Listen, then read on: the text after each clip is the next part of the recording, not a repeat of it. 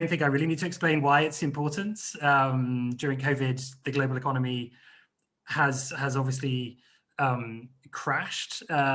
This is the biggest depression or recession since World War II. Millions and millions of people are unemployed. I was reading last night that just in the last few months, COVID has pushed 120 million people into poverty.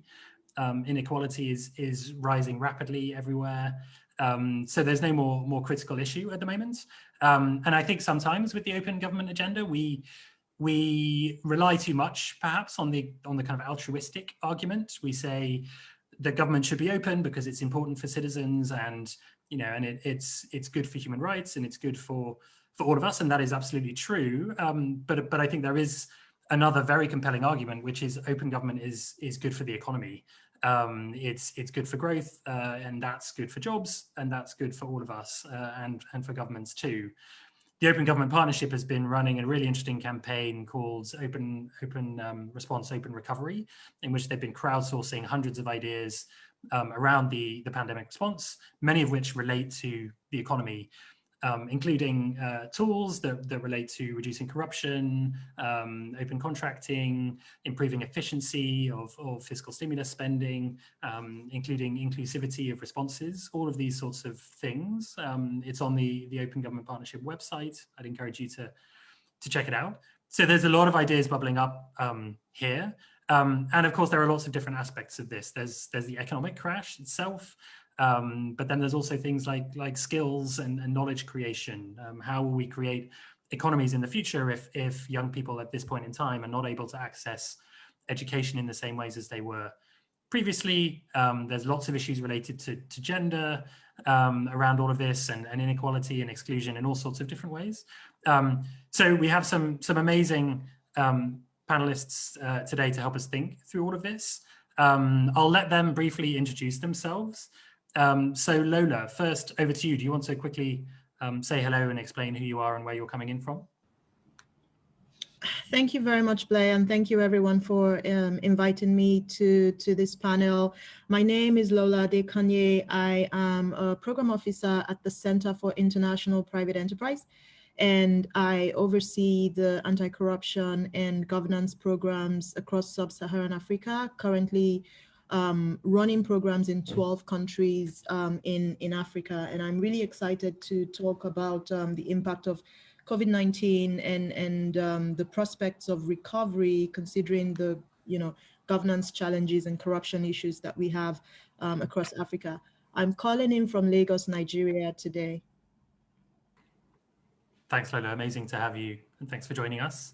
Rehema, over to you. Would you like to briefly introduce yourself?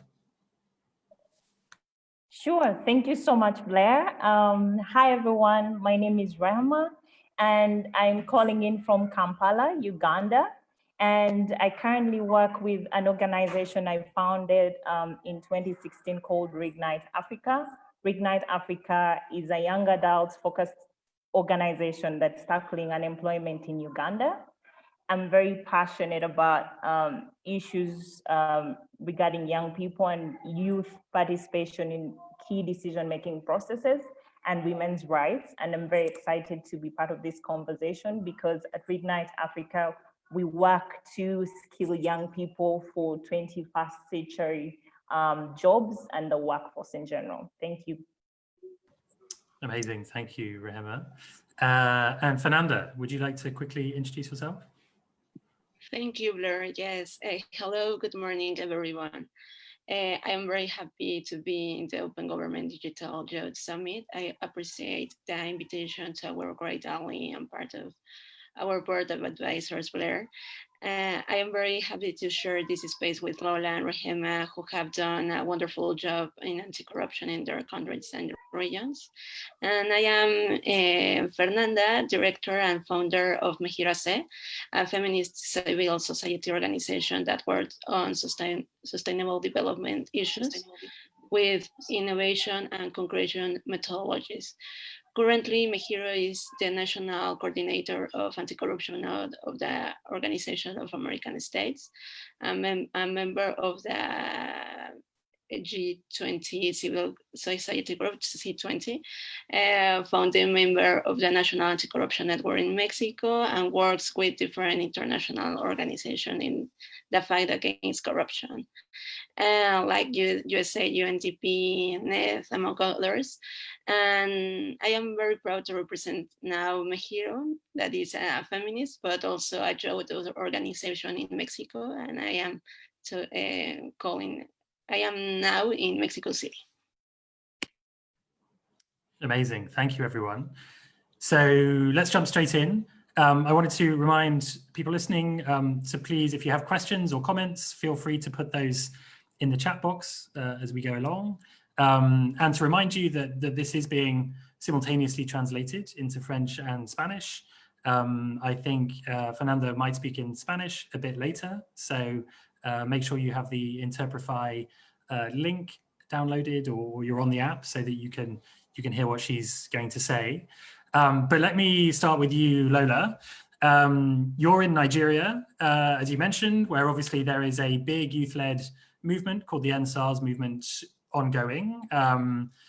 Tell us a bit more about how things are in Nigeria, what all of this means for young people, and the situation in terms of the economy, COVID-19 and open government where you are. Thank you very much, Blair. I think this is a very interesting time to actually have this conversation because just today is 1 week since there was the report of shooting at unarmed protesters in Lagos, right, just a few blocks down from where I live here. And I think what's interesting is you see the restlessness of the young people across Africa demanding better governance. You find that there's one common thread, whether it's in Zambia, it's in Cameroon, it's in Malawi, has been in Kenya, and probably still is, and now in Nigeria, the common thread is corruption. And the interesting thing is with COVID-19, corruption, the problems of corruption have really come to the fore. We've talked about the fact that, when you are faced with a crisis, the weakness in your governance systems really are stretched and are really obvious. And we've seen that happen in Kenya. There's the investigation happening now with KEMSA involving procurements that, that the private sector is embroiled in. In Nigeria, the aftermath of the End SARS protests was really a raid on a lot of the warehouses, huge stash of palliatives that was contributed by the private sector COVID coalition to the government to distribute to the masses that never really got distributed on time or at all. And you've seen the ease of restrictions in the COVID response, but still many people went hungry for 6-7 months and didn't get those palliatives. And, when you talk about extortion or diversion of public resources, that's like a big example, right? And so I think what's interesting is the fact that we've seen, the issues of weak governance and corruption really come together to sort of embarrass the governments across these countries. And now young people who have really taken their seats to the table where policies get made, they're now demanding for real reforms and not the kind of, rhetorical reforms that never really have any impact. And so it's one to watch. I'm really excited to talk a bit more about what we think might come out of the demands for reforms going on across the continent. At least we're seeing some results in Malawi, we're seeing some in Nigeria. Hopefully we'll see more in Zambia and other countries. Thanks so much, Lola. And absolutely, I mean, corruption is at the heart of all of this. It's not just a symptom, to be honest, of COVID-19. It was also a cause. It's at the heart of everything. If the money meant for health systems has been stolen, it means that they can't respond to this pandemic. So it really is absolutely in the middle of all of this. So let's touch on that as we get into a conversation. But I wanted to turn to Rehema. Rehema, you're in Uganda, another place where where young people are calling out for change. And of course now is a very difficult time from your perspective, working on skills building and knowledge creation among young people. How are young people managing? What's your sense of how this is shaping up from an open governance and an economic standpoint? Thank you so much, Blair, for that really great question, and I'd like to acknowledge Lola's opening remarks. I like to say that I actually was nodding to a lot of what she's talking about. The corruption in is been like the biggest issue that's come out of all the discussions we've had since the outbreak of the pandemic. Thinking about skilling young people in Uganda, at the beginning of the lockdown, a lot of organizations were carrying out surveys to find out how young people are doing. And Reignite Africa was one of those organizations that did that. One of the key issues that we've been grappling with as people working with organizations, entities working with young people has been the issue of mental health. So mental health struggles have been one of the biggest challenges cited by young people who are struggling because they're either out of work or they know someone who's out of work and they're trying to support that person, a friend or a colleague or someone in their family that they know. One other thing that I would like to cite,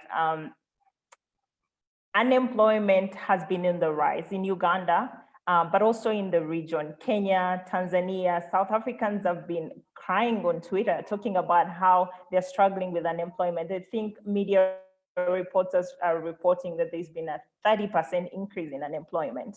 So young people all over the continent are really struggling with unemployment as one of the biggest issues they have. But also I like to point out that it's been a bit of a tough space that key actors are finding themselves in. At Reignite Africa, we like to say we want to work with the most marginalized youth, but COVID-19 put us in a situation where we couldn't get to the ground of, like connecting with young people who are struggling, the most vulnerable, disadvantaged, living in rural areas, youth who are in refugee camps, young people who are migrants who are doing domestic work abroad. There are human rights abuses for young women who are up in Middle East. All these issues are issues we are trying to grapple with, because as much as we want to talk about the fact that we value the skills that young people need for 21st century workforces, we are acknowledging that actually the problems at hand are actually way bigger than what we can grapple with at the moment. And so it's an ongoing conversation we need to be having. And I like to hear what other people on this call have to share. Thank you. Thank you, Rehema, and some really, really key points in there. You're absolutely right. Many of these conversations are exclusive, and many of the responses to COVID-19 are exclusive. They're leaving a lot of people behind, particularly young people of all kinds. And we need to do better, and we need to find ways to make all of this more inclusive. I thought your point about mental health was also really, really important. Such a misunderstood and neglected issue in many cases, and something that we need to focus on and think much harder about in every possible way. You also mentioned gender, and so I want to turn to Fernanda, who works a lot on anti-corruption and gender in particular. A quick reminder to everyone listening: please do put comments or thoughts in the box, and check into the Interprefy app if you haven't already, because I think Fernanda is going to speak in Spanish. So over to you, Fernanda. How are things in Mexico? How is corruption during the COVID response undermining the economy and the desires and hopes of young people and women in particular? And what can we do about it? Yes, ok, voy a hablar en español, se escucha en inglés, todo, bueno, la interpretación está bien, ok. Bueno, mi participación se enfoca sobre todo en nosotras, mujeres, jóvenes y niñas en América Latina y el Caribe. Cuando hablamos de mujeres, jóvenes y niñas, no podemos categorizarlas de manera hegemónica. Tenemos que entender que existen relaciones de poder que nos atraviesan: migrantes, afrodescendientes, indígenas, mujeres rurales, con discapacidad, comunidad LGBTIQ, etcétera, ¿no? Existe una gran diversidad. Y en Mejiro, desde nuestra organización, tenemos una regla: no queremos hablar por las otras, sino desde nuestras propias experiencias, pensamientos, rebeldías y lugares, para desde ahí generar diálogos y entendernos con las otras. Nos interrogamos cómo desde nuestros lugares urbanos podemos aportar a las resistencias de otros espacios y viceversa. Es así que desde nuestras reflexiones y con la pregunta que nos ponen en la mesa hicimos justamente un análisis colectivo, ¿no? Si bien se promueve que el modelo neoliberal es la forma más efectiva para el combate a la corrupción y la reducción de las desigualdades, vemos hoy más que nunca que esto está muy lejos de ser realidad. Por el contrario, se observa que genera grandes desigualdades, pobreza y que fomenta la corrupción al debilitar presupuestalmente las instituciones públicas de seguridad social y por ende se violan nuestros derechos humanos más esenciales. Todo esto afecta en mayor medida a las mujeres. La violencia institucional contra nosotras viene desde este modelo, el cual nos invisibiliza en la economía y por ende nos precariza. Esto se refuerza con la corrupción sistemática que existe en América Latina y el Caribe, lo cual no debemos olvidar que muchas veces es con y para favorecer economías desarrolladas. Frente a este complejo contexto, ¿no? Una herramienta que nos ha enseñado a crear análisis, pero también resistencia y rebeldía frente a la pandemia, es el feminismo comunitario, en el cual retomamos justamente el concepto de cuerpo-territorio para entender la violencia a nivel local provocada por la corrupción y cómo atraviesa la vida de las mujeres, jóvenes y niñas. No olvidemos que son las mujeres organizadas quienes ponen el cuerpo frente a la pandemia del COVID-19, tanto para dar acompañamiento a mujeres que salen de sus hogares porque conviven con agresores, como para cuidar a enfermas, enfermos y sus familias. ¿Qué podemos hacer? Es necesario empujar hacia otras legislaciones, empujar a que existan políticas públicas abiertas, participativas e incluyentes, las cuales son herramientas que justo nos da pues OGP, ¿no? Para que los estados realmente protejan a aquellas mujeres, tanto que alertan o puedan exponer daños, abusos y faltas graves de corrupción y violaciones a nuestros derechos humanos durante y posterior a este periodo de crisis. Específicamente en la región de América Latina y el Caribe, pues no existe ningún sistema jurídico o una normativa que proteja de manera efectiva justamente a personas que puedan ser whistleblowers, ¿no? Alertadoras de la corrupción, y mucho menos pues ha considerado una intersección de género como en esta agenda, ¿no? Y de manera particular en el tema tanto de México como en la región de América Latina, nos preocupa sobre todo las garantías hacia aquellas mujeres que han participado, es decir, han puesto el cuerpo de manera activa en visibilizar problemáticas relacionadas a la defensa de los derechos humanos, acceso a la justicia, acceso a los servicios de salud, violación a datos personales, actos de corrupción tanto graves como no graves, la libertad de expresión, de prensa y acceso a la información, y sobre todo también los problemas relacionados al cuidado y protección del medio ambiente, entre otros, ¿no? Y bueno, hemos documentado diversos problemas que tienen que ver con esto, tanto el desabasto de hospitales públicos, ¿no? Las agresiones a defensoras en territorio, a las mujeres jornaleras agrícolas y sus familias que trabajan y siguen enfrentando violencias a sus derechos humanos, laborales y de salud, ¿no? Muerte de niñas y niños en campos agrícolas, la perpetración de más feminicidios y agresiones sexuales, y también las mujeres que son presas políticas y están privadas de la libertad en la región, que están corriendo obviamente un gran riesgo frente a problemas de corrupción.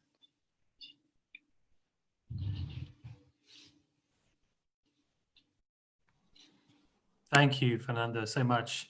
Hopefully the Interprify was working for everyone, including you, Lola, and Rehema. It was working for me. Fernando made some really, really important points about community feminism. Would love to hear more about that, Fernando. If there's links you can share in the chat box.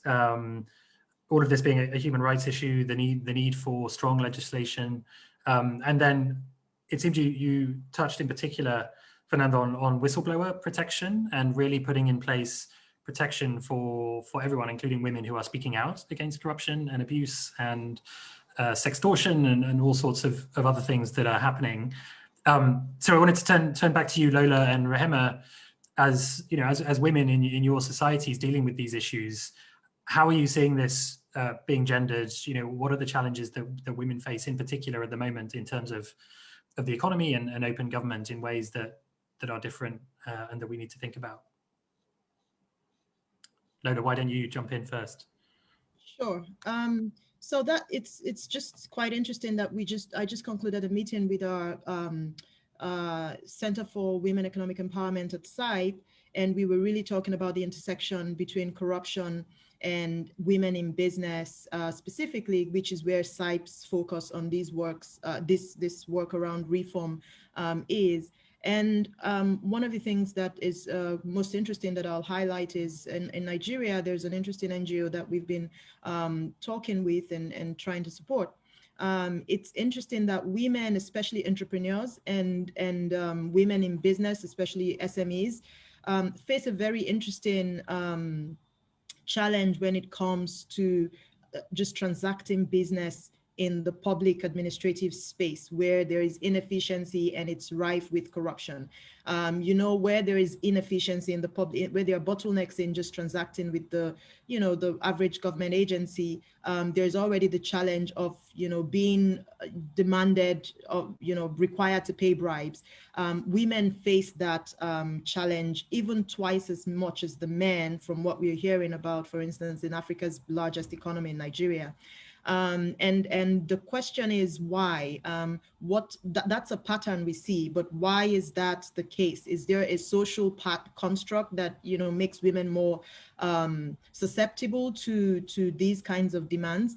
And then, you know, more recently during the COVID-19 crisis, when there was a lockdown, women also, there were reports of, I mean, you heard about the violence against women, you know, there were rapes happening. They called it a rape epidemic going on in Nigeria and in Kenya, unfortunately, and probably in other countries. And then, and you also had, you know, women who were in the healthcare sector, or were in the businesses that were considered exempt so they could move around. You had them being harassed more often than the men, and even required to pay bribes in kind to get to their jobs, even women who were in the healthcare space. And unfortunately, because there's not so much of a, you know, social justice system, there's very little recourse for everybody, but more so for women. There's very little recourse in terms of who you can report to. And that's also the case with rape cases for women. At least most laws that I know of in Africa recognizes rape against women alone. So we have a lot of data about that for now. And you have women who are involved in those kinds of unfortunate incidents being, you know, faced with the difficult questions about how to collect evidence, what witnesses there were, you know, and so you have those kinds of, you know, social justice issues that haven't been addressed. However, coming back to the economic empowerment front, which is where, for instance, in Nigeria, SIPE supports the largest coalition of women in business. One of the very interesting things that we're seeing coming out of women coming together to demand or require specific reforms is the fact that once they articulate their reform positions, it's not as if women require any special treatment other than, you know, what's ideal, what should be, for instance, you know, simple things to happen. For example, a woman tries to open a business, the process should be clear.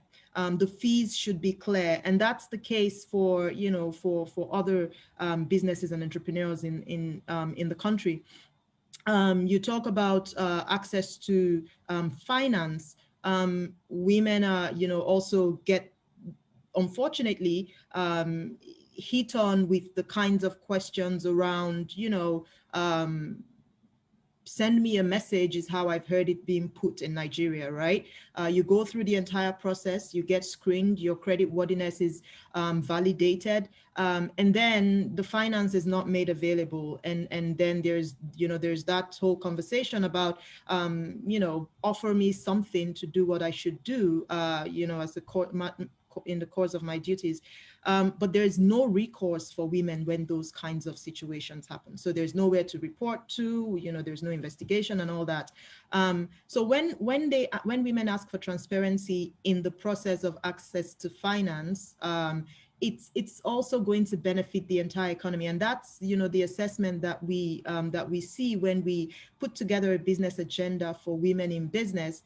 It's not asking for a different standard for women in business, for instance. It's asking for the same standard, except that the social justice system, you know, disadvantages women a whole lot more, just because the recourse is not available to women who are often in the minority. So I think, you know, Fernanda hit on a lot of great points about the kinds of challenges that women face. And to a large extent, there is, you know, the changes or the solutions would be legislative, most likely. Would, you know, the reforms would need to touch on legislative changes. But there's also a social element to it, which is where, you know, community leaders come in, business membership organizations come in, civil society organizations come in, because that extra element is around the culture. You know, the extra element that you know, needs to change or evolve is around the culture, around the narrative about the role of women in a society, and you know, and the protection of women's rights in the society. Thank you, Lola. Some really, really important points in there. Rehema, I saw you nodding. Would you like to add anything? I think you're on mute. I totally, I think I was muted. Sorry about that. I am very passionate about the topic, so I hope you don't mind my facial expressions and the nodding. But Fernanda and Lola have really touched on what we should be talking about when we talk about women's, the impact of COVID-19 on women. Definitely, the pandemic has deepened pre-existing inequalities, exposing the vulnerabilities in social, political, and economic systems in which we live. It has exposed the fact that women across the globe have always earned less. They don't save, or they save less money. They have the jobs that are they work in precarious, they have it's called precarious work.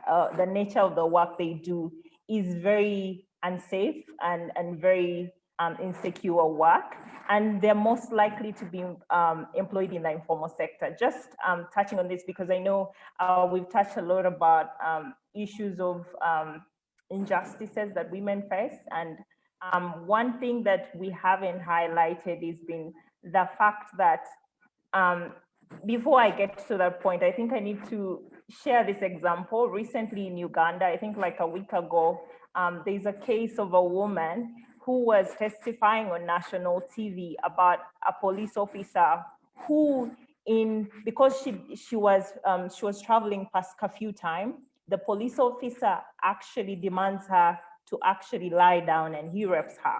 And she was coming out on national TV because she was demanding justice for that case. And there's been a lot of public outcry for our police to be held accountable.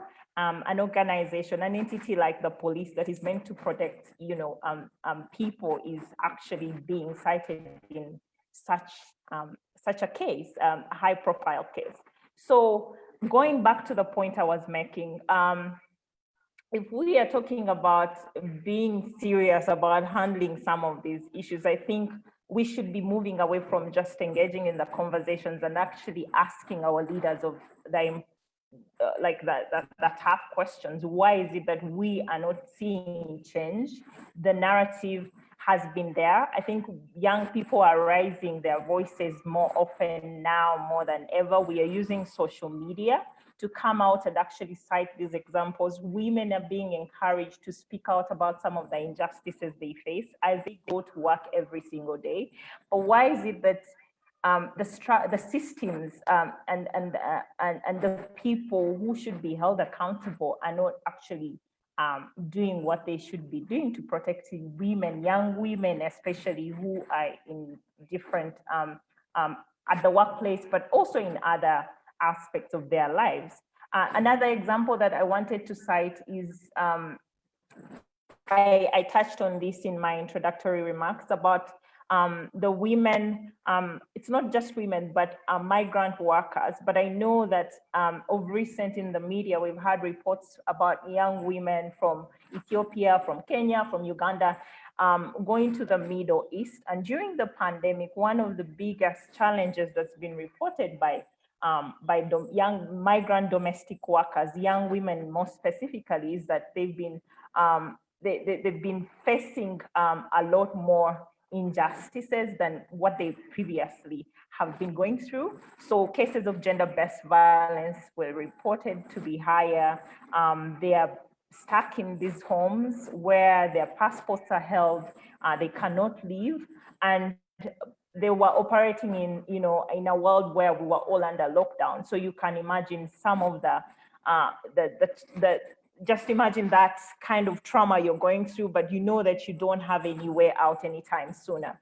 So I think for me, for this discussion, for all the great points that have been raised, we should be pushing ourselves to actually challenge ourselves to demand better and push better, I guess, for our governments and especially our leaders who are meant to be protecting us and actually upholding these laws and policies. For some governments that already have the laws, why is it that we are not seeing any substantive change for all these injustices that women have been facing all these centuries?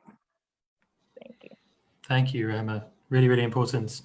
I'm conscious of time. We have about 10 minutes left, and the conversation so far has been focusing a lot on some of these really important problems, but I wondered if we could shift a bit more towards some of the solutions and good examples and good people and useful tools that you might have seen. Lola, you mentioned that you had seen some progress on corruption in Nigeria and Malawi. I think you mentioned, Fernanda, you talked about community feminism being a really interesting approach. What's giving you hope? What is working when it comes to the open government's agenda and the response around the economy and young people in particular? Who'd like to jump in? Fernanda. Yes, thank you. ¿Qué podemos hacer nosotras, las juventudes, ¿no? ¿Qué podemos hacer nosotras las mujeres jóvenes utilizando esquemas de gobiernos abiertos?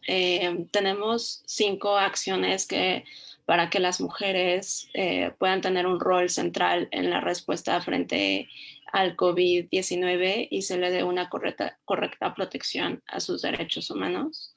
El primero es seguir empujando para aumentar la participación efectiva de las mujeres en las mesas de tomas de decisiones para el combate a la corrupción, y esto tiene que también tener un enfoque intergeneracional, ¿no? También están las juventudes, pero también existen otras generaciones que les podemos aprender muchísimo.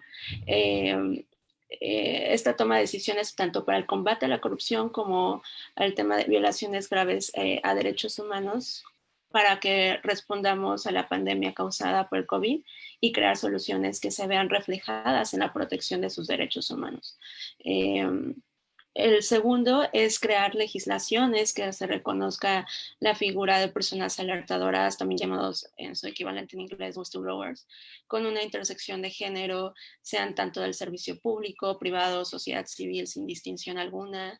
El tercero es que podamos tener y garantizar canales seguros de punta a punta de reporte de alertas y denuncias de corrupción y violaciones a derechos humanos, porque en los países, pues las personas que hablan, pues las asesinan, ¿no? Y en ese contexto, ¿cómo podemos garantizar que las personas pueden hablar y defender sus derechos humanos si el Estado no garantiza esos canales seguros? Y el cuarto es también asegurar tanto la protección y opción de anonimato de cualquier mujer alertadora para que goce de garantías plenas necesarias para ejercer su posibilidad de denuncia sin ningún tipo de represalia o inquisición laboral, judicial, administrativa en todos los niveles. Y el último, que se seguir promoviendo la transparencia y la rendición de cuentas en todo el proceso de mujeres alertadoras con base a auditorías independientes y con participación de sociedad civil. Esos serían como algunos 5 puntos que podríamos empujar las juventudes con y para nosotras también, ¿no? Thank you, Fernanda. 5 really solid, concrete ideas there that that I completely agree with. All make absolute sense. Lola, over to you. Are there examples of good things happening and success in this respect? And this is, yes, I mean, thank you, Blair. I think this is me being the most optimistic I can be when I call these successes, but they are successes, 2 of them. One is when it comes to corruption. I mean, for many years, you've seen efforts to tackle corruption around the world, really driven by international institutions. And I'm thinking about it, you know, in the context of Africa, the global South. International institutions like the United Nations, you know, with the UNCAC. In Africa, you have the AUCPCC. They have really come together to say, oh, we need to tackle corruption. It's really affecting our economies or development of the world's poorer countries. The World Bank and many other organizations have come together. And a lot of that resource has gone to the public sector. It has gone to and strengthening law enforcement capacity. To some extent, you know, it's gone to civil society organizations or really civil society organizations have really just tried their best to get into that space and galvanize opinion and efforts against corruption. But a lot of the help, a lot of the you know, interventions have really targeted the public sector. And the unfortunate thing is without bringing the private sector into that dialogue, we continue to run around in circles, because especially across Africa, you find that the private sector really is a facilitator, an enabler, to a large extent, a benefactor of corruption. If you look through the history of many African countries, where a lot of the public officers have really just, you know, gone from being military dictators to civilians who invested a lot in the countries, and when they became civilians, they were private sector investors to a large extent, right? And so you find that if you're tackling corruption and you're not getting the private sector to be a major actor, really the supply side of corruption really is the private sector, you will hardly get very far. And in the last 3 years, actually back up to about 7 years, last 7-8 years, SIPE has been working on, you know, tackling corruption from the private sector perspective. We have in Thailand a very interesting private sector collective action project that has seen more than 60% of the listed companies on the stock exchange in Thailand listed in a business collective action group that really is tackling corruption. And if you know how complex of a problem corruption is in Thailand, this is such an interesting breakthrough, because with these business movers and shakers, if you like, they're able to, in the private sector, ring fence, you know, the business enterprises and prevent corrupt activity in that space. And now they're able to start to speak up against corruption in very meaningful ways. And with that experience, we've taken that to Africa, and we're working on several different projects where we're trying to strengthen collective action capacity so that you have more private sector businesses standing up against corruption. First, by cleaning up their own operations, making sure they operate with high levels of ethics and integrity standards, and then being able to come together to demand transparency and accountability in the public sector. And so in Africa, you find that, you know, we're working in 12 countries now, but I can certainly say for like in Nigeria, in Kenya, in Ethiopia, and in a few other countries where we're working, like in South Africa, you're finding more and more businesses across sectors and across different sizes coming together to really start to, within their operations, strengthen their integrity standards and then demand accountability from their governments. We also have... Thanks, Lola. Okay. No, really important points. That's amazing. Do you want to, I'm conscious of time and I want to make sure Rehem has time to jump in as well. Absolutely. I mean, the other optimistic thing is the fact that we have young people. We have young people now demanding change across the continent. And I think that's something to be really optimistic about, because we all know that on the continent, you know, more than 60% of the continent are young people, but you have leaders who are over 60, about 70 years old, right? And that's not an indication of their capacity, but it's really an indication of the old system of doing things, and young people are starting to stand up to speak up against that. So those are the two things I think are you know, optimistic points for us. Excellent. Progress with business in the private sector and young people. Absolutely. Rehem, in 1 minute, would you like to add anything here?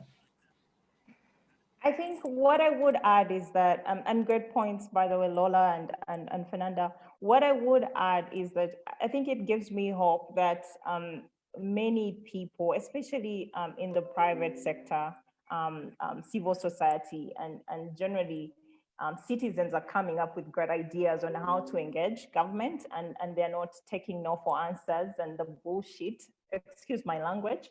But I like to think that there is hope for the future. Reignite Africa has this great campaign where we are encouraging young people to speak out against issues related to COVID-19 and open governance and accountability and transparency. And we are amazed by some of the submissions from young artists. I think there should be platforms for young people to be encouraged to speak out, to be invited to the table, because there are usually assumptions that young people should be part of the conversation, but the reality always is different. If they're given the table, they're not listened to. So they might as well create their own platforms and use those platforms to get. So that, for me, gives me that hope. We are not sitting, and I hope we are doing something about it. Thank you, Rehem. I think that's a great place to end. We're out of time, I'm afraid. So many good questions now coming in the chat box. Maybe our panelists, if they're able to stay for a minute or two, can answer some of those in the chat. Yeah, great questions about Mexico, about the military personnel in business, often a big issue, and so on. We've only just touched the surface, but thank you, everyone. We have a slide, I think, with contact details for all of our speakers. Feel free to reach out to them. I'm sure they'd be happy to engage by email or by Twitter and share some of these ideas and continue the conversation after the summit. This is just the beginning, of course, and so we want to continue this conversation over time. There are those contact details. And stay with us. We're going to take a 15-minute break. We'll let you get some tea or some food and come back for the next session, which will start right at the top of the hour. So thank you, Fernanda. Thank you, Lola. Thank you, Rehem. Really interesting discussion, and we'll keep this going as things continue. Thank you, everybody.